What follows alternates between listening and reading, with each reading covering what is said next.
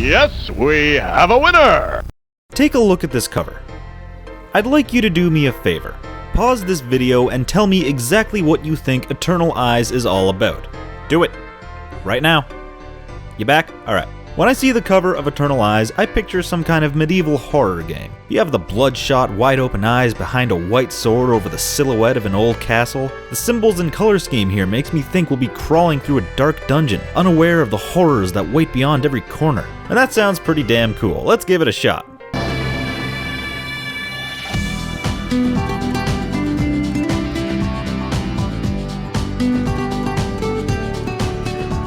Oh.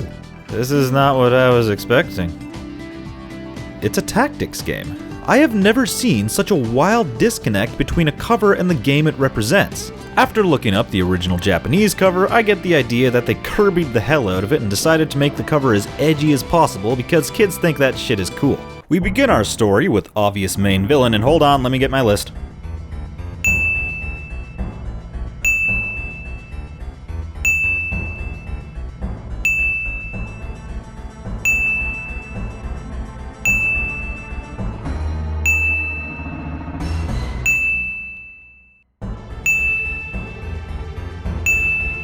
Damn.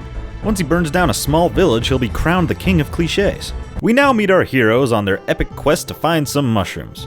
Hey, when you live in a small town and don't have TV, what else are you gonna do? But instead of finding mushrooms, they find a treasure chest.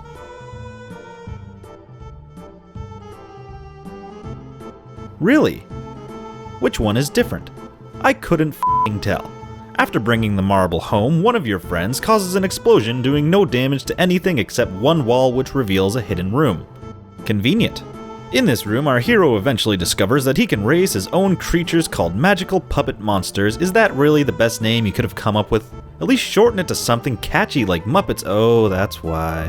I will not stand for it! I will not stand for it! Well, from here on, I'll just call them Mupsters. We can finally control our main character, and I must say, the sprite work here is just gorgeous.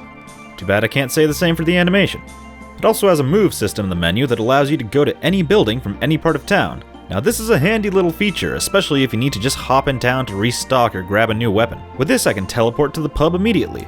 Unfortunately, there's not too much to do here and I'm stuck. Help me. Finally. Oh, come on!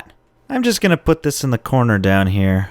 We might as well check out what's going on back home, and are you serious? This is a serious problem. Fix it!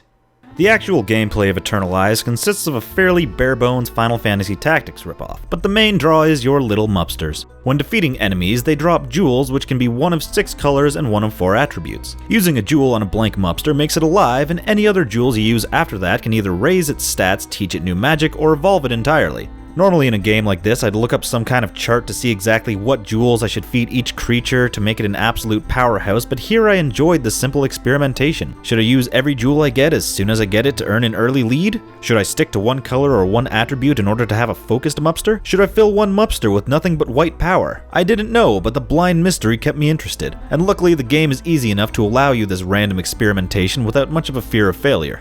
For every chapter of the game, you go to a different dungeon and fight through a series of standard battles to reach the final story-related battle. It can be a little repetitive and slow at times, and each chapter just gets longer, so most of the game feels like a grind. But like I said, even with the grinding, it won't take you too long to reach the end. For the combat itself, there really isn't much to say. It's very simplistic tactics. Most of the game I decided to just move and attack since the magic rarely seemed to be useful and there wasn't a way to tell an enemy's weaknesses as far as I saw. Overall, Eternal Eyes isn't anything special, but if you like tactics games and want to get through something short and different, it's worth a shot. The gameplay is barren, but the customization and small little conveniences do make it an interesting journey, even with a few annoyances.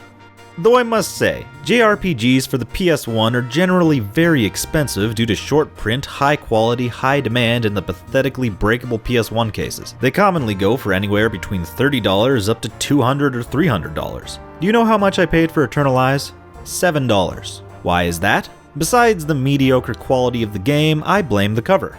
It has nothing to do with the game at all and makes it look like something completely different. I honestly saw this game on store shelves many times and just passed by thinking it was an aged dungeon crawler. It was only until I flipped it over and saw the back that I decided to purchase it. Not to mention that when I first saw the back, I genuinely thought it was from a different game. Sometimes trying to be cool will just make you fade away.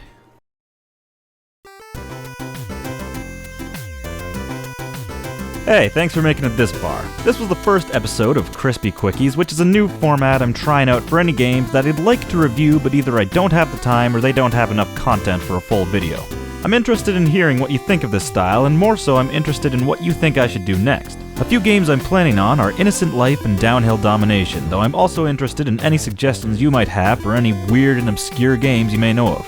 If this is the first time you've ever seen my channel, then I encourage you to click one of the links to some of my other videos. My two most recent ones are a comedy review where I tackle the gothic mess known as Chaos Legion, and a video on Animal Crossing where I try to convince you why it's the most mature game you've ever played. I'll be honest, I don't really know what's going on in that one. You can also follow me on Twitter to know what's going on during the pathetically long gaps between videos.